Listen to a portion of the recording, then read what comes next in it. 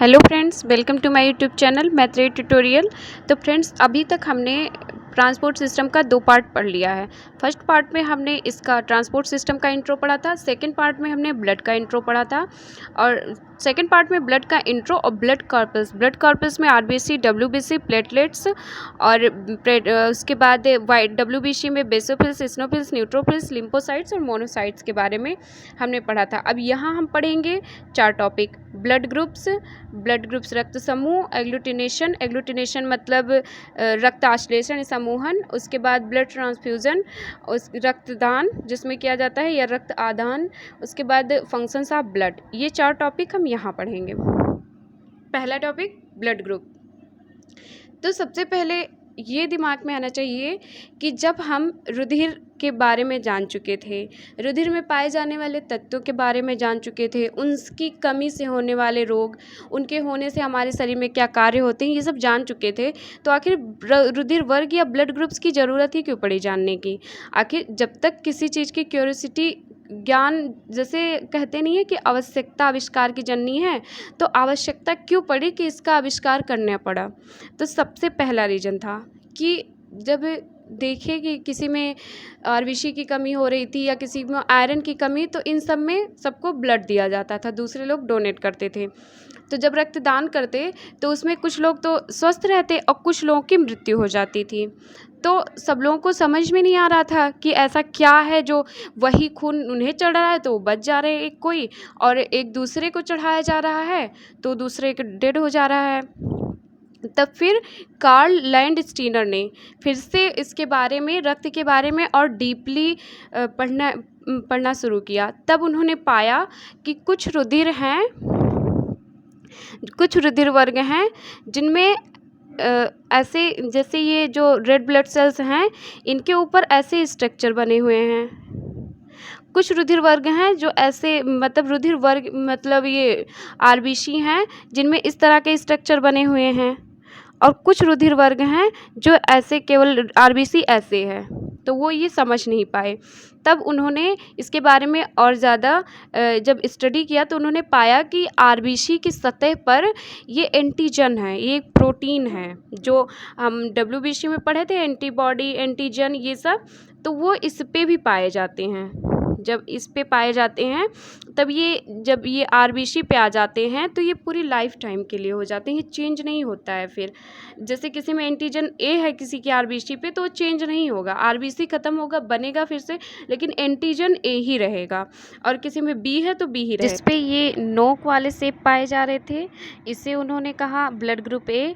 जिस पे पाए जा रहे थे ये गोल स्क्वायर शेप में शेप, उसे उन्होंने ब्लड ग्रुप बी कहा। और जिस पे कोई नहीं पाया जा रहा था उसे उन्होंने ब्लड ग्रुप ओ कहा। ओ किस लिए कहा? क्योंकि ये ए और बी अल्फ़ाबेटिकल वर्ड हैं, तो सुविधा के लिए उन्होंने तो जीरो कहा था, लेकिन बाद में सब लोग जीरो को ओ में कन्वर्ट कर लिए अपनी सुविधा के लिए बोलने में।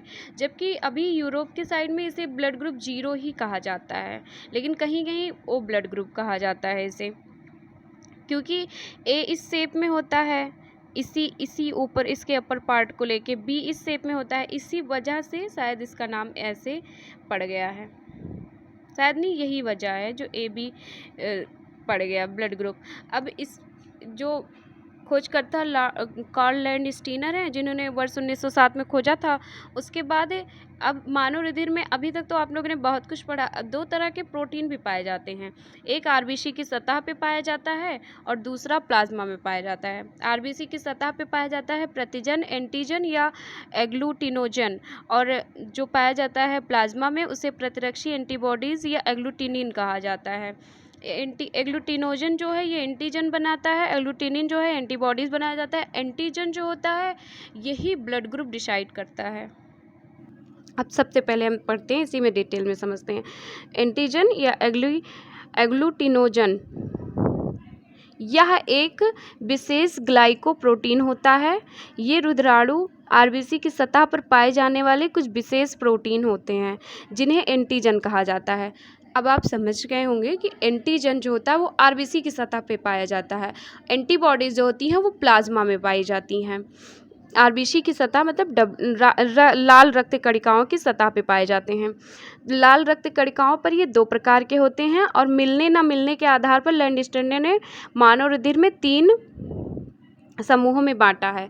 लाल रक्त कणिकाओं में 2 प्रकार से पाए जाते हैं, ए और बी, और मिलने न मिलने के आधार पर मतलब ओ, जब नहीं मिलता है तो उसे ओ कहा गया है। इन्होंने 3 ब्लड ग्रुप का खोज किया, blood group A, blood group B और ब्लड ग्रुप ओ। बाद में ब्लड ग्रुप ए बी की खोज अल्फ्रेड वॉन डे कॉस्टेलो और एड्रियानो स्टर्ली ने किया था और रक्त समूह को इन्होंने फिर 4 ग्रुप में बांट दिया। ये दोनों मतलब एक ही कॉलेज में पढ़ते थे, तो इन दोनों ने मिलके एक और ब्लड ग्रुप खोजा। इन दोनों ब्लड पे ही डीप स्टडी कर रहे थे, तो वहाँ पे इन्होंने एक और ब्लड ग्रुप खोजा कि किसी में एंटीजन ए बी है, मतलब उस ब्लड ग्रुप का जो इन्होंने खोजा, उस ब्लड ग्रुप का स्ट्रक्चर मैं आपको एक बार बना के दिखा दे रही हूँ कि ऐसे ये हो गई आरबीसी की सतह पे जो एंटीजन पाया जा रहा था, इन्होंने जो खोजा उस पे ऐसे भी पाया जा रहा था और ऐसे भी पाया जा रहा था, ऐसे भी पाया जा रहा था और ऐसे। तब इन्होंने इस ब्लड ग्रुप को नाम दिया कि ये ब्लड ग्रुप है ए बी, क्योंकि उस पे एंटीजन ए भी है और एंटीजन बी भी है। ये है ब्लड ग्रुप। आरबीसी पे ये एंटीजन पाए जाते हैं। वो डिपेंड करता है स्ट्रक्चर कैसा बनाते हैं, पर स्ट्रक्चर मेनली वही होता है। वह मनुष्य जिनमें एंटीजन ए होता है वे ब्लड ग्रुप ए वाले होते हैं, जिनमें एंटीजन बी होता है वो ब्लड ग्रुप बी वाले होते हैं, और जिनमें ए बी दोनों होता है वो ए बी रुधिर वर्ग के लोग होते हैं, और जिनमें ओ होता है जिसमें कोई एंटीजन नहीं होता वो ओ ब्लड ग्रुप वाले होते हैं। मानव, ये मैंने नोट लिखा है कि कभी कभी क्वेश्चन आ जाता है कि रक्त समूह में एंटीजन या ब्लड ग्रुप का निर्धारण कौन करता है।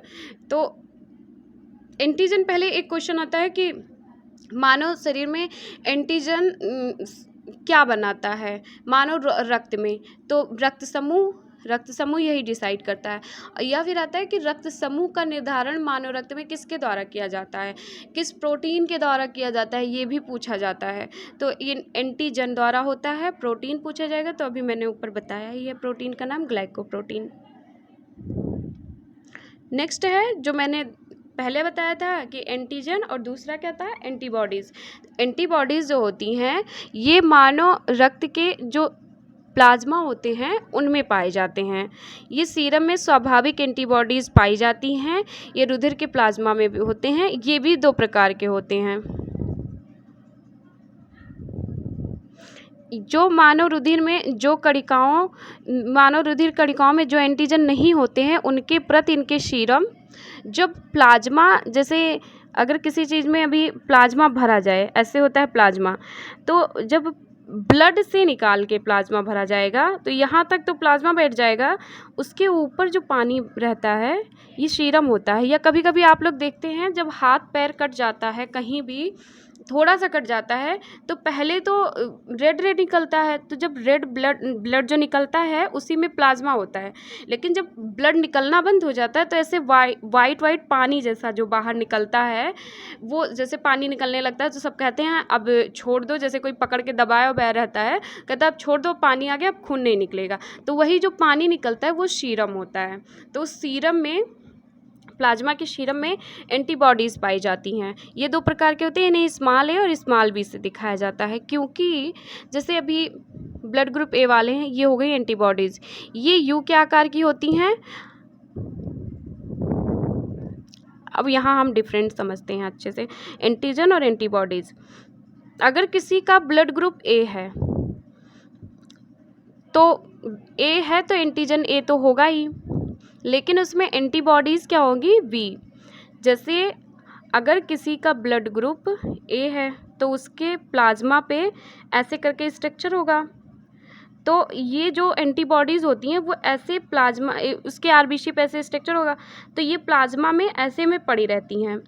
तो अगर ब्लड ग्रुप ए है तो एंटीबॉडीज़ बी होंगी, तो उनमें ऐसे ये स्ट्रक्चर इस तरह से होगा, जैसे ऐसे हो गया, ऐसे हो गया, ऐसे हो गया, ये अंदर को रहेगा। तो ये जो होंगी ये इसमें गोल होती हैं और ये ऐसे नुकीला रहता है, तो इसमें जाके फंसती नहीं है, ऐसे होके निकल आएंगी। तो जो ब्लड होता है वो क्लॉट नहीं होता है आपस में, नहीं तो सभी क्लॉट नहीं होगा, रक्त का गुच्छा बन जाएगा, एक ही जगह रक्त रुक जाएगा। जब सारे ब्लड कॉर्पल्स और प्लाज्मा एक दूसरे में चिपक के रह जाएंगे तो जो ब्लड सर्कुलेशन वो कैसे होगा। और जिनमें ब्लड ग्रुप बी होता है, जिनमें ब्लड ग्रुप बी होगा उनमें जो एंटीबॉडीज़ होती हैं वो ए होती हैं। जैसे अभी अगर आरबीसी पे ऐसे करके स्ट्रक्चर पाया जाएगा तो जो ये वाई स्ट्रक्चर होता है वो ऐसे करके होगा नुकीला, तो ये भी नहीं फंसेंगी। अब जो ब्लड ग्रुप ए बी होता है, जिनमें ये स्ट्रक्चर भी होता है और ये भी होता है, तो इनमें एक भी एंटीबॉडीज़ होती ही नहीं है, इसलिए ब्लड ग्रुप ए बी वाले बहुत बीमार पड़ते हैं, क्योंकि उनमें एंटीबॉडीज़ नहीं होती हैं। उनमें किसी भी बीमारी का खतरा भी बहुत होता है। एंटीबॉडीज़ जो होती हैं वो हमारे शरीर में बीमारियों के प्रति जो सब कहते नहीं है, जो ये होता है वैक्सीन, ये एंटीबॉडीज़ ही होती हैं। उसी बीमारी को डेड करके, उसी को जैसे लोहा लोहे को काटता है तो उसी बीमारी को रख लेता है उसी को मारने के लिए। तो लेकिन वो हमारे फ़ायदे के लिए होता है, जब उसे शरीर में डेड कर लिया जाता है, अपने हिसाब से चेंज कर लिया जाता है। जैसे कोई दुश्मन आपके ऊपर आक्रमण करे या कोई उसका आदमी आता है, आप उसके आदमी को लाओ, मार पीट के एकदम अपने हिसाब से बदल ले जाओ, किसी भी तरह से अपने हिसाब से बदल ले जाओ, अपने लिए काम करवाओ, तो भले वो पहले दुश्मन था हमारा, लेकिन बाद में वो हमारे लिए ही काम करेगा, चाहे डर से कर रहा है चाहे प्यार से कर रहा है। तो एंटीबॉडीज़ यही काम करती है हमारी बॉडी में। तो ए बी जो ब्लड ग्रुप होता है इनमें नहीं होता है कोई भी एंटीबॉडी, तो ये ए बी जो होती हैं ये वाले बहुत बीमार पड़ते हैं, लेकिन इनकी संख्या भी कम है, ये 7.5% ही हैं भारत में। अब ओ में कोई भी एंटीजन नहीं होता है, ओ ब्लड का आरबीसी ऐसे होता है सरफेस एकदम क्लियर, तो इसमें ये वाला स्ट्रक्चर भी होता है वाई का और ये वाला स्ट्रक्चर भी होता है, मतलब इसमें दोनों एंटीबॉडीज़ पाई जाती हैं जो मैंने अभी आपको ऊपर बताया है। इनका परसेंटेज, सबसे ज़्यादा परसेंटेज अगर किसी का है तो ब्लड ग्रुप बी का और ब्लड ग्रुप ओ का। अब इसके बाद हम पढ़ते हैं ब्लड एग्लूटिनेशन। अगर ब्लड ग्रुप ए के व्यक्ति को ब्लड ग्रुप बी का रक्त दे दिया जाता है तो रक्त कोशिकाएं आपस में चिपक जाती हैं। मैंने बताया ना कि स्ट्रक्चर कैसा होता है, एंटीबॉडीज़ चिपक जाती हैं तो गुच्छा बना लेती हैं, तो इसी क्रिया को रक्त का आश्लेषण या समूहन कहा जाता है। उसके बाद रक्तदान महादान। रक्तदान को महादान क्यों कहा गया है, क्योंकि हमने बताया ना कि रक्त का जीवन काल कितना कितना होता है, तो जब आप ब्लड डोनेट कर देते हैं, नहीं करेंगे तो भी डेड हो जाएगा आपकी बॉडी में, और दे देंगे तो किसी की ज़िंदगी बन जाएगी, उसकी भी बॉडी में उतने ही दिन रहेगा। लेकिन किसी को तुरंत ज़रूरत होती है ना, किसी की बॉडी में एकदम नहीं है तो उसे देंगे, तो उसे तो भाई ज़रूरत है, भले एक ही दिन की, एक दिन के लिए तो उसे मिल ही जाएगा, इसीलिए रक्तदान को महादान कहा जाता है। कभी कभी किसी बीमारी के चलते अचानक किसी दुर्घटना में बहुत ज़्यादा रक्तस्राव हो जाने पर रक्त की ज़रूरत पड़ती है, तो जिस व्यक्ति को रक्त की ज़रूरत होती है उसके रक्त समूह और जिस व्यक्ति द्वारा दिया जाता है उसका रक्त समूह पहचान किया जाता है, और दोनों का मैच होने पर रक्त दिया जाएगा। कार्ल लैंडस्टेनर ने रक्तदान की असफलताओं के कारणों का पता लगा। रक्तदान के लिए महत्वपूर्ण बातें निम्न हैं। ये सब मैंने वही बताया जो अभी मैंने आपको ऊपर पढ़ाया कि ब्लड डोनेट किया जाता था, कोई बच जाते थे, कोई डेड हो जाते थे, तो बाद में पता चला कि सबका ब्लड ग्रुप अलग अलग होता है। तो दोबारा जब ब्लड डोनेट किया जाने लगा तो रक्त को मतलब ब्लड ग्रुप मैच करके ए वाला ए को देगा, बी वाला बी को देगा। अब समझते हैं कि कौन किसे आश्लेषित नहीं करता है, मतलब चिपकाता नहीं है, गुच्छा नहीं बनाता है। तो अगर कोई ब्लड ग्रुप ओ का है तो उसे वो किसे किसे दे सकता है, ओ को दे सकता है, ए को दे सकता है, ए बी को दे सकता है। इनका ब्लड क्लॉटिंग किसी के साथ नहीं होगा, ओ ए बी तीनों के साथ। और ये प्राप्त किससे कर सकते हैं, केवल ओ। अच्छा, ओ को यूनिवर्सल डोनर कहा जाता है, लेकिन केवल ओ निगेटिव जिसमें एंटीजन नहीं, RH फैक्टर नहीं होता है, उन्हीं को, केवल वही सबको दे सकते हैं। उसके बाद जो ए होता है ये ए को दे सकता है और ए बी को दे सकता है, इन्हें दे सकता है। प्राप्त किन से कर सकता है, ओ से और ए बी से। और उसके बाद बी जो है ये दे सकता है बी को और ए बी को, और उसके बाद ओ और बी से ले सकता है। ए बी किसे दे सकता है? केवल ए बी को, और प्राप्त कर सकता है चारों से। इसे आप शॉर्ट फॉर्म में समझ सकते हैं कि जो ब्लड ग्रुप हैं जैसे ओ तो सबको दे सकता है, तो उसके लिए आप नॉर्मली सबका नाम लिख दें। ए जो है वो अपने अलावा ए बी को देगा, और बी जो है अपने अलावा बी ए बी को देगा। उसके बाद ए बी केवल ए बी को देगा। प्राप्त किन से कर सकते हैं? तो ए के साथ ओ जोड़ दीजिए, बी के साथ ओ जोड़ दीजिए, ए बी के साथ चारों को जोड़ दीजिए, ओ के साथ केवल ओ को जोड़िए। ओ देने में तो सबको दे सकता था, लेकिन प्राप्त केवल कर सकता था ओ से, और बी देने में सबको दे सकता था, लेकिन प्राप्त किससे कर सकता था? केवल देने में किसे दे सकता था? केवल ए बी को, लेकिन प्राप्त कर सकता था चारों से। इस कॉन्सेप्ट को ए बी को सर्वग्राही कहा जाता है, लेकिन बहुत इमरजेंसी होने पे सबको ओ का ब्लड ग्रुप दिया जाता है। वैसे सेम देना चाहिए, अगर ब्लड ग्रुप ए है तो ब्लड ग्रुप ए को ही देना चाहिए। ओ भी इतना सही नहीं होता है एंटीजन को लेके, फिर वैसे भी बहुत सारे रीजन होते हैं। आप इस कॉन्सेप्ट को कम से कम 2-3 बार समझेंगे तभी आप समझ जाएंगे। और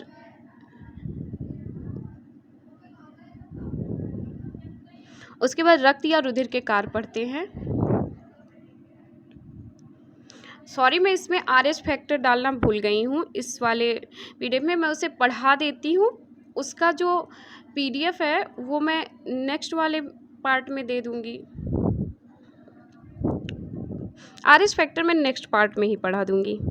रुधिर के कार्य, इस बार मैं 4 टॉपिक इसलिए केवल कर रही हूँ कि वीडियो बहुत लंबा ना हो जाए। वैसे 1 घंटे का भी वीडियो बना सकते थे, लेकिन 1 घंटे की वीडियो शायद ही एक टाइम में कंप्लीट हो पाती है। वैसे मुझे पढ़ने में बोरियत लगती है 1 घंटे की वीडियो, इसलिए मुझे लगता है कि पढ़ाने में भी मुझे अच्छा नहीं लगेगा, इसलिए मैं सोचती हूँ कम से कम टाइम का, वैसे भी ज़्यादा हो जाता है मेरा वीडियो बनाने में। रुधिर का कार्य, पहला कार्य था पूरे रुधिर का। अब इसमें RBC WBC नहीं है, प्लाज्मा RBC, प्लाज्मा और ब्लड कॉर्पल्स मिला के क्या कार्य हैं। तो पहला है परिवहन का। परिवहन पोषक पदार्थों का परिवहन मैंने स्टार्टिंग में ही पढ़ाया था। ब्लड क्या करता है, जो हम डाइजेस्ट कर चुके हैं उन सारी चीज़ों को लेके जिस पार्ट में देना है उसे देता है, उत्सर्ज्य पदार्थों का। वहाँ से जो एक्सेस मटेरियल है जो हमारी बॉडी में इकट्ठा हो रहे हैं, जैसे कहीं NH3 यूरिया इकट्ठा हो रहा है, कहीं इकट्ठा ज़्यादा ग्लूकोज हो जा रहा है, तो उन सबको इकट्ठा करके बॉडी से बाहर निकलवाने का काम करता है। अन्य पदार्थ जैसे रुधिर, हार्मोन्स, एंटीबॉडीज़, लवण और एंजाइम्स आदि का भी शरीर के सभी भागों को पहुंचाने का काम करता है।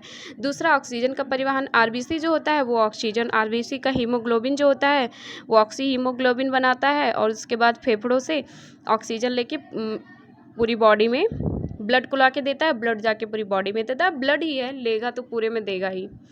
उसके बाद शरीर के तापमान का नियमन। रक्त का जो आप स्पीड जानते हैं 120 होता है, 120 के वेग से चलती है। तो हमारी बॉडी में हमारी बॉडी में 37 डिग्री टेम्परेचर होता है, ये हमारी बॉडी में ब्लड सर्कुलेशन के कारण ही है। अगर ब्लड सर्कुलेशन लो पड़ जाता है, किसी का BP लो हो जाता है, तो उसका शरीर ठंडा होने लगता है, और ब्लड प्रेशर हाई होने पे उसे गर्मी लगने लगती है, चाहे ठंडी का मौसम चाहे जो। तो ये ताप का भी नियमन करता है। नॉर्मल रहता है तो 37 डिग्री टेम्परेचर बना रहता है। रक्त का थक्का बनाना, तो ये तो रक्त का काम होगा ही। इसे क्या कहना है, जब कहीं चोट वोट लगेगी तो रक्त ही बहेगा, तो रक्त का काम होगा ही कि अपने आप को बचा के रखे।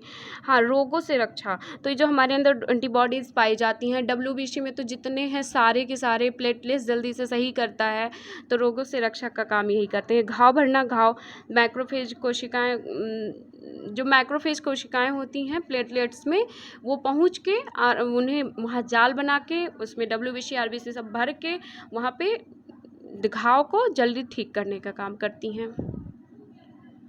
तो आज के लिए बस इतना ही। हम अपने नेक्स्ट पार्ट में पढ़ेंगे हार्ट के बारे में। हमारी बॉडी में डबल सर्कुलेशन हमारी बॉडी में डबल सर्कुलेशन पाया जाता है, और ओवरऑल ह्यूमन बॉडी में जो ब्लड का सर्कुलेशन होता है उसे एक बार हेड टू मतलब सर से पैर तक पढ़ेंगे इसे।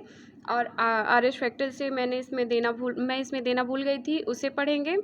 ये अपने नेक्स्ट वीडियो में पढ़ेंगे। उसके बाद ब्लड सर्कुलेशन से रिलेटेड, ट्रांसपोर्ट से रिलेटेड हम सारे क्वेश्चन सॉल्व करेंगे, उसके बाद हम पढ़ेंगे रिस्पायरेशन का टॉपिक।